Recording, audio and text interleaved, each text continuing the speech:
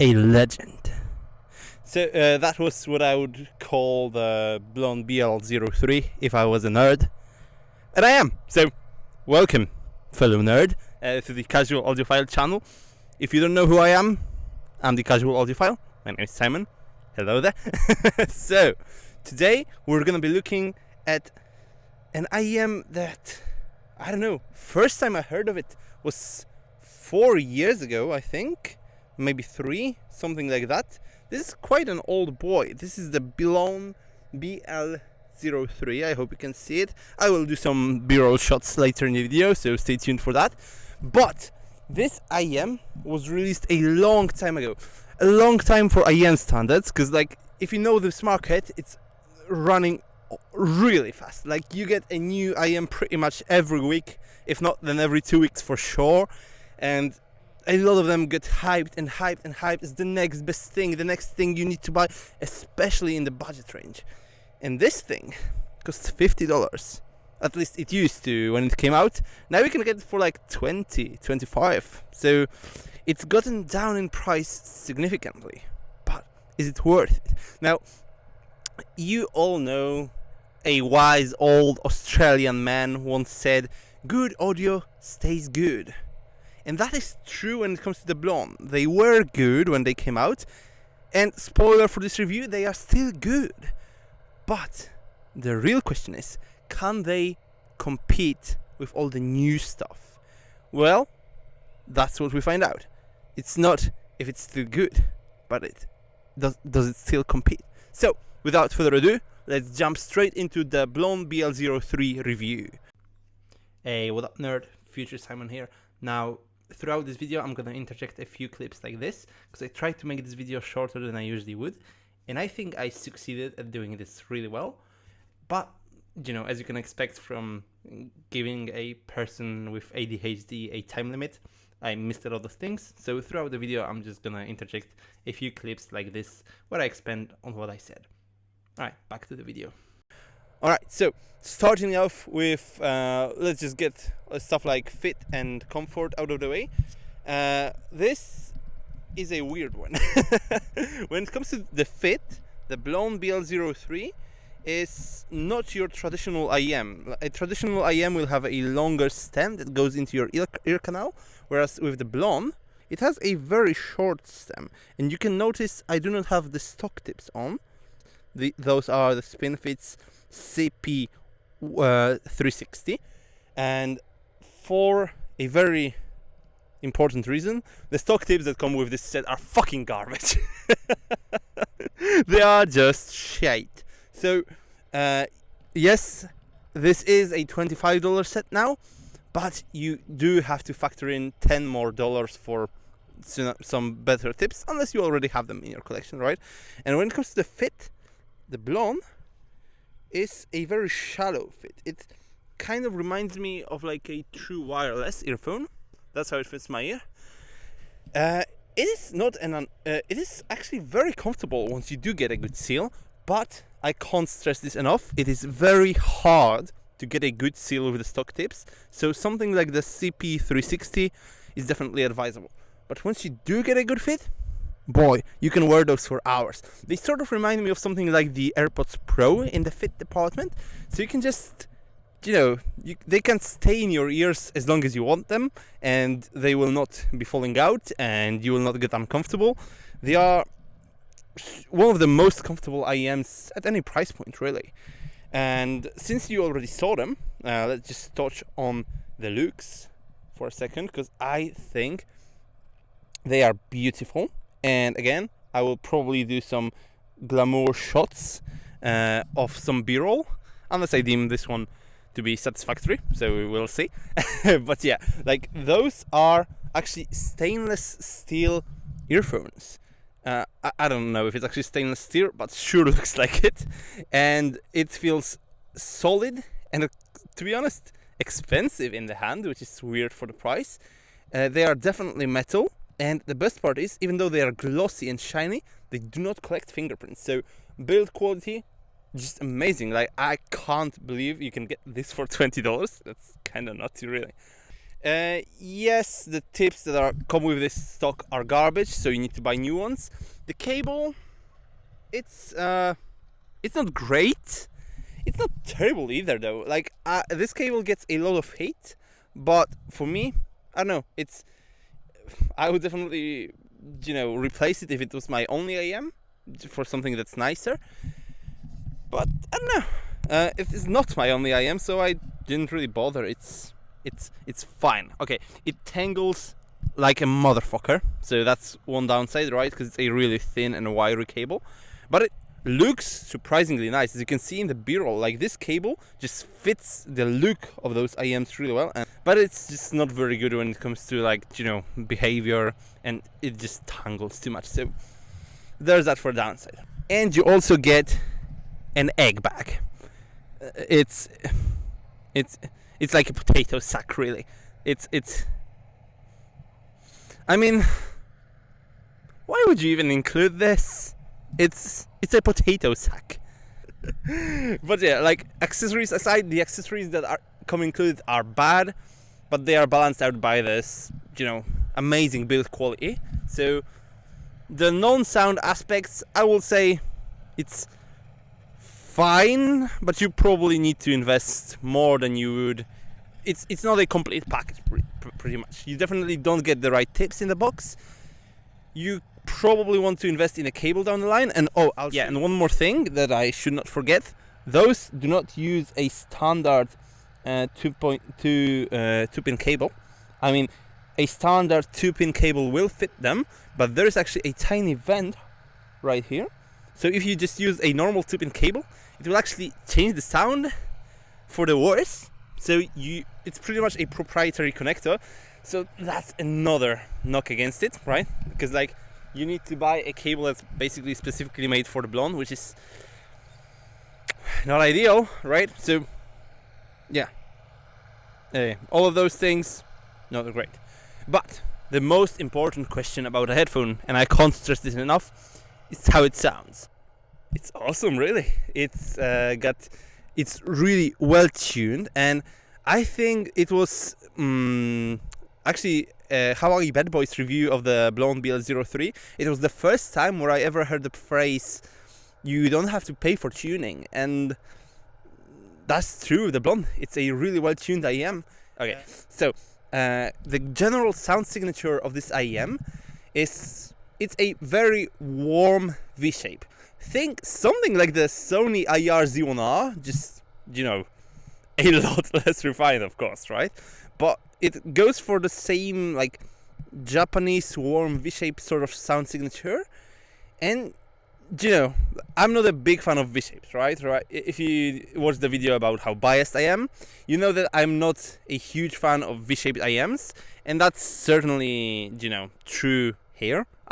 This is not the first IM I would ever go to when it comes to tuning, but if you do want a V-shape, I think this one is just fantastically executed. Like, when it comes to the bass, you've got for me, this is the perfect amount of sub bass I want in a neutral IM. It's not lacking, and there is, not also not too much of it to the point where it just sounds like, detached from the music. So sub bass performance is very good on this one. It extends, not the deepest, but good enough.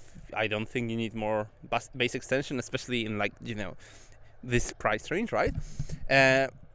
One issue that I have with the bass is the lower mid bass stuff around 80 to 100 hertz. It's like there is just a bit too much of it, and stuff like kick drums just hit a bit too hard for my taste, and they don't have sufficient texture and technicalities to just back it up. So that's one downside of the bass here. But the mid bass, when you go later, it's just masterfully tuned. It's warm, but it's never bloated. It's like you get the maximum warmth and the thick and rich and analog sound, right? But you never feel like, oh my god, it's just too much bass. It's quite wonderful, really.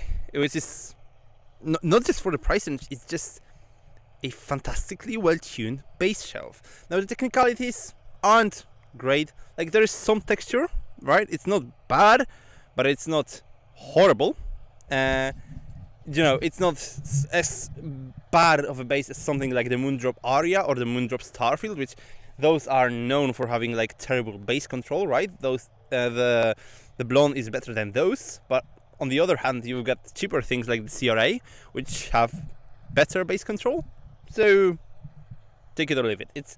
The technicalities in the bass are fine, and the punch it's satisfactory. It's not like the punchiest IEM ever, but it is definitely one of the most punchy in this price range. So it's pretty good. Now the mid-range is weird. I mean, it is recessed, but it is a very peculiar tuning in that most vocals sound really good on it. Lower end vocals, stuff like Frank Sinatra or who else did I listen to? Roger Waters. They just sound like, as if they had the microphone really close to the mouth, and they sound warm and rich and full, and it just sounds great with those vocals. And on the other hand, top end vocals, stuff like the girl from Cranberries, Dolores O'Riordan, or whatever her name is, those sound wonderful too. It struggles a bit with vocals that are like in the middle, stuff like Tom Odell, Ed Sheeran. Those sometimes just lack a bit of body and power, so that's one knock against it. Detail retrieval and instrument separation in the mid-range it's fine. It's a budget IEM. It's not great, but it's not terrible. It's not as bad as you would expect from this price range, but it's also, something like the Starfield will definitely be more detailed in the mid-range, just how it goes, right? Okay, now one crucial thing I forgot to mention is the timbre on this IEM is fantastic. And if you don't know, timbre is like how realistic, how natural instruments sound, and the Blon does timbre better than pretty much any IEM in its price range, and pretty much like all the way up to like $150. This is one of the best ones. Right?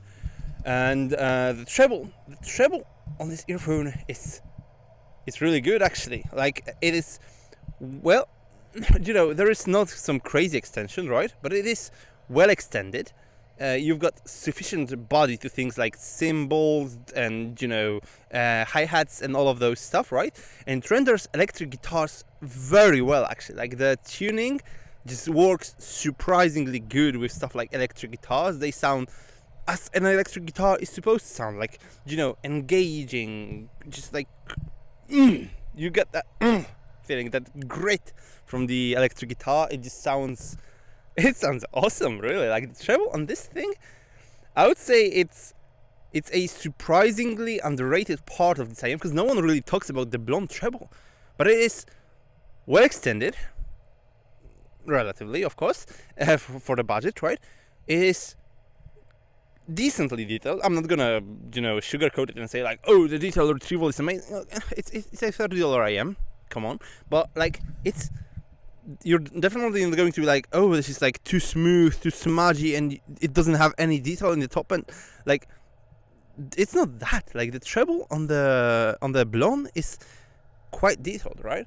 And the best part is, even though it is boosted, it never gets like fatiguing or sibilant. You can listen to this IEM really loud, and you won't get like ear fatigue. At least I did not, which is, admittedly, I am a bit of a treble head, right? So if you're more sensitive to the treble, maybe you will.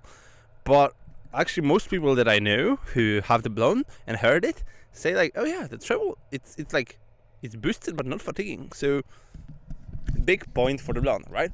And finishing off, stuff like presentation, instrument separation, soundstage, imaging. It's fine. Like it's not great. Like the soundstage is like just average for an IEM.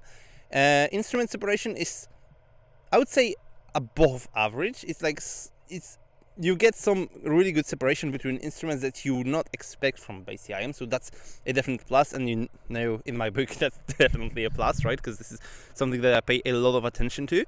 It is just enough resolution and instrument separation to where it doesn't feel like, mush, like a soup of sounds on busy passages. So that part is really good. Now imaging, is definitely a weak part of the set. It's not bad. It's not like smear, and it's not like something like the Moondrop 2 where just the imaging is like, it's not right, but it is. It's just average, right? Like I would say, describe like the presentation of this IM is like just average, right? With slightly above average resolution. Okay, so now that we know that the Blon is still good, which like this is basically what I said in the intro to this video, right? Let's talk about how competitive is it. So there is one set. If you're looking for a budget V-shape in 2022, there is one set that will get recommended before anything else, and this is the CCA CRA, as I called it, the CCA CRA. What was that? So yeah, this is the CCA CRA, right? And this IM came out last year, and it has become like the default recommendation when you're looking for a budget IM, and there is some good reason to it, right? Like the treble extension on this is really good. The tuning is better than most KZs. I'm just gonna leave it out there.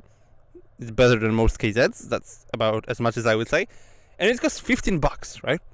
So when you think about the fact that you need to buy separate tips for the Blon, it's like half the price of the Blon. So keep that in mind, right?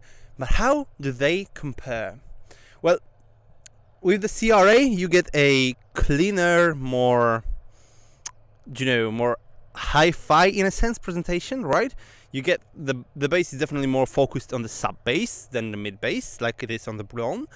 I straight up like the bass on the Blon better. It's better tuned, right? This one is cleaner and has better control and better texture, really. So when it comes to the technicalities, the bass is better on the CRA, but the tuning definitely a win for the Blon, right? When you go to the mid-range, I would say with the Blon, as I described it earlier, you get this weird effect where like 80% of vocals sound great on it, and 20% sound kind of bad, right? With the CRA, it's like 100% of the vocals just sound mediocre on it. The mid-range is definitely recessed, right? And you hear it is, more even than the Blon, but also more recessed than the Blon, right? So you get technically more correct mid-range, but you get less of it, right? So you gotta pick your poison. If you want a more hi-fi experience, then yes, the CRA will give you that, but there are other IMs that can give you that at this price range, right? So, and if you're looking for the CRA, you're probably looking for bass and treble and stuff like this, right? And for fun, really, because that's what you look for in a V-shape set, something to just bang your head to and have fun, right? And I would say the Blon just does that job better. Like some vocals just sound wonderful on it, where no vocal ever sounds wonderful on the CRA, right? So yes, I would definitely take the Blon over the CRA, especially when it comes to the treble, because like the treble on the Blon, as I described it, it's like smooth but detailed, right? On the CRA, it is, I would say, equally detailed. It's not more detailed, despite there being, bigger amounts of the treble, but it is definitely less even. It can get harsh, fatiguing, sibilant, piercing, all of those stuff at times, right? So it is not a very pleasant treble. It is not horrible. There are some sets from KZ, which, as you know, KZ and CCA are the same company. There is definitely some more stuff from this company that sounds worse and more piercing and more sibilant. So the CRA is not that bad, right? But it's not good either. And I would say the treble on the Blon is on the good side. Like it's actually not. It's not just not bad. It's actively enjoyable sometimes. So definitely a huge win over the CRA. Now, imaging, Soundstage, I would say similar on both, pretty much the same. They are both average in that department. Neither of them stands out. And I was actually surprised to find out, because a lot of people talk like, oh, the CRA has such great technical performance for the price. But actually the resolution and instrument separation is definitely better on the Blon. despite like the tuning of the Blon masking it sometimes, because you've got like, you know, more mid bass and stuff like that, right? That definitely contributes to the feeling of like having less clarity. But in practice, like when you listen to like BC passages like, you know, Apocalyptica covers Metallica and stuff like that, like you just get more instrument separation, more resolution on the Blon, which is impressive. Stuff like Dragon Force, when you've got like electric guitars and drums and everything just going on at the same time, right? The Blon just resolves it better. So I would say yes, like the Blon is twice as expensive as the CRA, especially when you buy the CP360, which are the tips that I recommend for it, right? Of course, it's like twice the price, but then again, it's $30, mate. It's like it costs nothing. It's like it really does cost, you know, like the price of a few lunches at work. So I would say, like, you know, if you can skip on 2 lattes at Starbucks and get the Blon instead of the CRA, I would definitely get the Blon, because it's just a better IM. It's better sounding, it's better built too. Now the CRA does come with better accessories, because the CRA has a pretty decent cable actually, and usable tips. Not good, but usable, unlike the Blons, right? But then again, it doesn't come with a case, but the Blon just comes with a fucking potato sack, so pick your poison, really, both are trash. Okay, now on the rewatch of the clip, I think I wasn't completely fair on the CRA. Like, yes, I still prefer the Blon way more, but I just went a bit too harsh. The CRA does outperform the Blon in a few things. Like, there is definitely more mid-range detail on the CRA, even though I think the mid-range is better tuned on the Blon. But yeah, it's not a bad IM. It's still really good, especially for the price. But just, I like the Blon way more. I rambled on long enough. Let's go to the conclusion. Now, how would I rate the Blon BL-03 in 2022? 4 or maybe 5 years, I don't know how long has it been out in China, but like, let's just say 4 years after it came out, how would I rate this IM? Well, good sounds stays good, and I always said the Blon is like a B minus tier IM, and this is still true. I would in my tier list, which if you go to my tier list, it is sound only, right? I don't consider things like value, fit, accessories, stuff like that. It's just pure sound, right? I've got the Blon, it's B minus, which if you read the titles of my tiers, B minus, B means really bloody good, and the Blon is really bloody good. Like, it is crazy good for the price even. So, like, let me just bring it up to the camera once more. Yeah, so this thing, it's kind of nutty, really.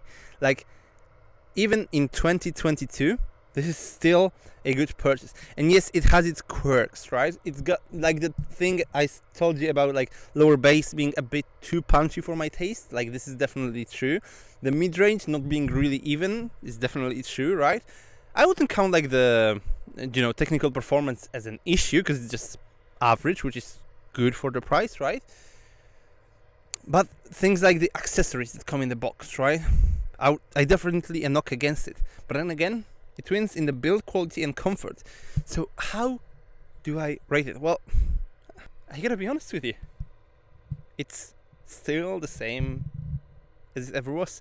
It is a 5-star set. And it's really hard. I can't stress this enough. I'm always critical in my reviews. You can watch my review of the Shure S12, right? Which is by all means a better IM than the Blon, right? But it also cost $150. And I am complaining way more about it than I am about the Blon, right? It's not because I'm shilling the Blon, because, like, you know, I don't have affiliate links in the comments, and even if I did, I earn nothing because it's cheap, right? But it's like it's so fucking good that I just can't not give it 5 stars. It's just such a wonderful piece of gear, even now in 2022. So yes, good audio stays good. Now, does it stay competitive? Not always, but in this case, yes. So do all the YouTube things and subscribe, like this video, tell me your favorite V-shaped IM in the budget ranges. And fuck off, the sun has set and I need to get home.